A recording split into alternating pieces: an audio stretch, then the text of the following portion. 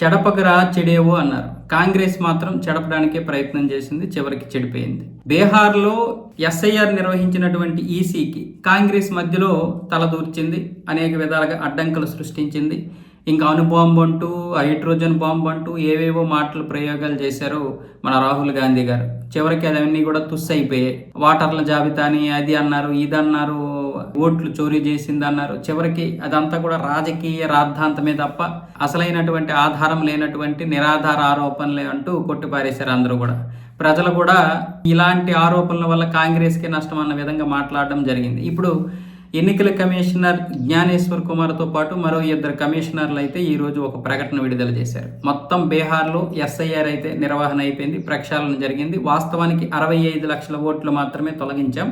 అంటే విదేశీయులు, అక్రమంగా నివసిస్తున్నటువంటి వారు, 1 కంటే ఎక్కువ ఓట్లు ఉన్నవారు, స్థానచలనం చెందినటువంటి వారి ఓట్లని 65 లక్షలు. కాంగ్రెస్ మళ్ళీ వచ్చి ఓట్లు చోరీ జరిగింది, మళ్ళీ ప్రక్షాళన చేయాలి, మళ్ళీ రీకౌంటింగ్ చేయాలి, ముసాయిదా ఇవ్వాలి, ఆ జాబితా విడుదల చేయాలని చెప్పడంతో మళ్ళీ ఈసీ మొత్తం క్షుణ్ణంగా పరిశీలించేసరికి మరో 3,66,000 మంది ఓట్లు దొరికాయి. మళ్ళీ అందులో పాకిస్తాన్ వాళ్ళు ఉన్నారు, బంగ్లాదేశ్ వాళ్ళు ఉన్నారు, మళ్ళీ 1 కంటే ఎక్కువ చోట్ల ఉన్నటువంటి ఓట్లు కలిగిన వారు ఉన్నారు, చనిపోయినటువంటి వారి ఓట్లు ఉన్నాయి.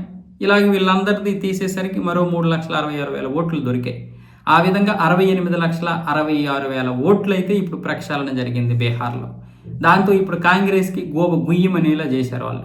ఈరోజు సాయంత్రం ఎన్నికల కమిషన్ ప్రెస్ మీట్లో ఎప్పుడు ఎన్నికలు ఉండబోతున్నాయి అనేది డేట్ అయితే కూడా అనౌన్స్ చేసేస్తారు. నవంబర్ 22 లోపు అయితే 3 దఫాల్లో బీహార్ ఎన్నికలు పూర్తి చేయడానికి అయితే ప్లాన్ చేస్తున్నారు. డేట్స్ కూడా ఈరోజు సాయంత్రానికల్లా వచ్చేస్తాయి.